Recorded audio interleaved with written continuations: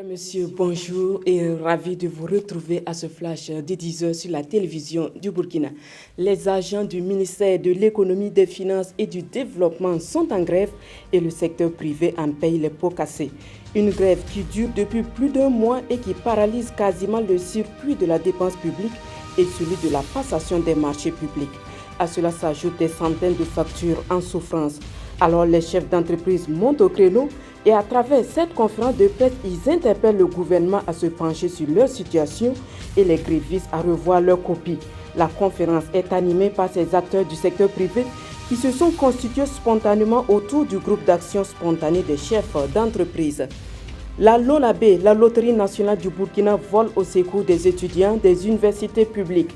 Pas plus que hier, elle a remis des ordinateurs de bureau au CENU, le Centre national des œuvres universitaires. Un lot de 600 ordinateurs d'un coût total de 400 millions de francs CFA. Un matériel informatique qui devrait permettre de résoudre un tant soit peu les difficultés que rencontrent les étudiants des universités publiques de Ouagadougou, de Bobo-Dioulasso et de Koudougou. L'idéal panafricain contemporain et le balafon. Ce sont là deux œuvres littéraires que le Comité international Joseph Kizerbo pour l'Afrique et la diaspora a présentées aux hommes de médias ce 9 mars à Ouagadougou. L'idéal panafricain contemporain qui a pour co-auteur Lazare Kizerbo décrit le grand projet panafricaniste et ses enjeux actuels. Quant au balafon, c'est une œuvre de Konomba Traoré qui amène le lecteur à la découverte de cet instrument bien connu en Afrique de l'Ouest. L'auteur évoque les secrets et le mythe qui entourent la confection du balafon.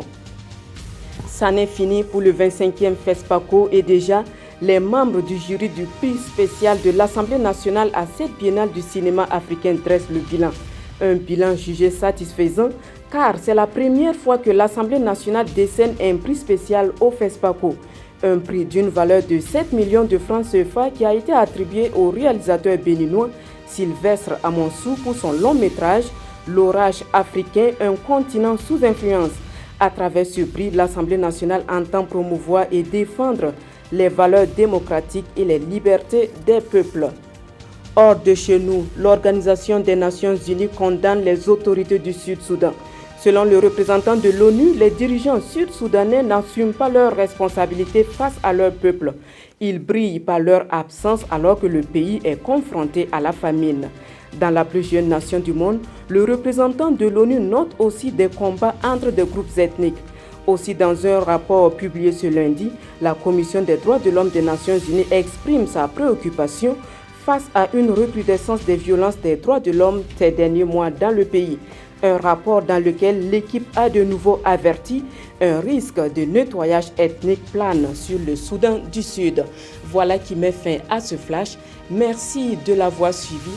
Le prochain retour de l'information, c'est à 13h et c'est en compagnie de Marguerite Douanieux.